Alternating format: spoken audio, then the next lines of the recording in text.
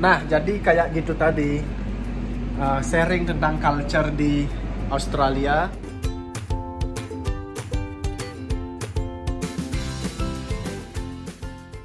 Cuaca di Melbourne lagi cerah banget 3 hari ini, padahal masih musim dingin. Lagi 2 minggu baru musim semi atau spring. Untuk kita yang tinggal di Melbourne, cuaca kayak gini nih udah kayak anugerah. Setiap kali ada customer datang, pasti ngobrolnya what a good weather today. Walaupun agak berangin. Karena hari-hari kita di sini sepanjang tahun itu kebanyakan kayak langitnya itu mendung. Bahkan di musim panas pun nggak banyak panasnya, paling beberapa hari aja. Kemudian dalam seminggu itu lebih banyak dinginnya, 11 derajat, 12 derajat kayak gitu. Jadi cuaca cerah kayak gini bikin aku ingat tentang di Indonesia, negara yang setiap hari tropis atau selalu bersinar lah mataharinya.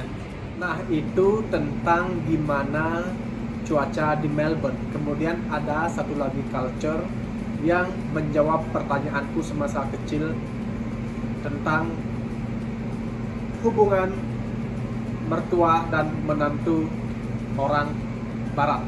Jadi waktu kecil aku sering nonton kan nih, kok akur banget ya di film-film yang tengah malam itu loh dulu diputar, film-film barat. Kok akrab banget ya gitu, mertua dengan menantu. Sementara yang aku lihat di sekitarku, to be honest kan aku tinggal ada warung, nenekku juga punya warung, jadi banyak banget mendengar gimana kalau nggak si menantu yang ngomongin mertuanya, si mertua yang ngomongin menantunya yang kurang-kurang bagus gitu. Aku merasa kok nggak akur ya. Sementara orang barat kok akrab banget ya sama menantunya atau sama mertuanya. Ternyata jawabannya kayak gini. Pertama, kita tidak memiliki culture tinggal bersama sebelum menikah. Jadi hanya ketika menikah kita baru tahu karakter pasangan kita. Nah, ketika bersinggungan sedikit ada hal-hal yang tidak cocok pasti, karena kita tinggal dengan keluarga besar di kebudayaan kita, maka di family kita pasti mendukung salah satu. Kalau nggak si anak ya si menantu, dan kecenderungannya kan si anak. Sudah pasti si menantu jadi dalam hatinya merasa kok aku diginiin ya di sini, gitu kan.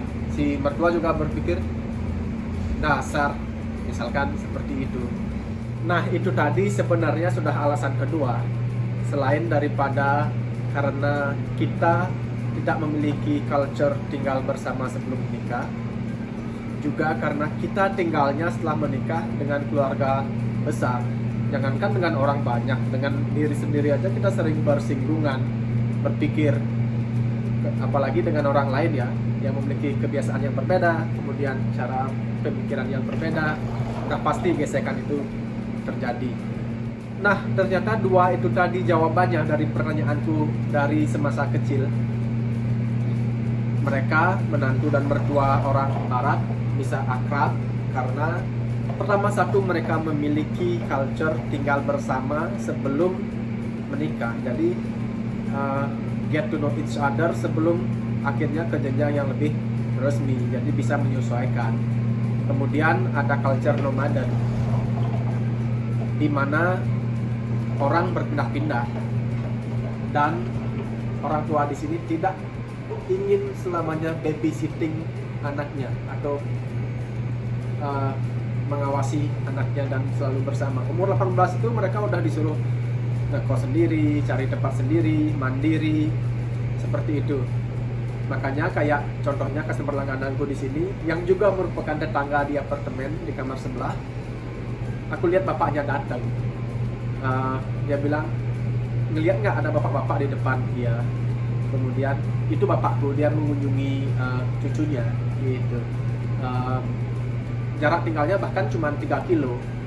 Kalau di kita kan biasanya paling bakalan tinggal bersama kalau kayak gitu. Kalau ini enggak. Ini memang sengaja memisahkan diri, karena kalau orang sini bilang we need our privacy. Kita perlu me time privacy time, jadi kita nggak harus selalu tinggal di tempat yang sama selama-lamanya. Ya, ini jadi nyambung juga sih dengan pepatah di Indonesia. Ingat nggak yang bilang kalau dekat berantem, kalau jauh rindu?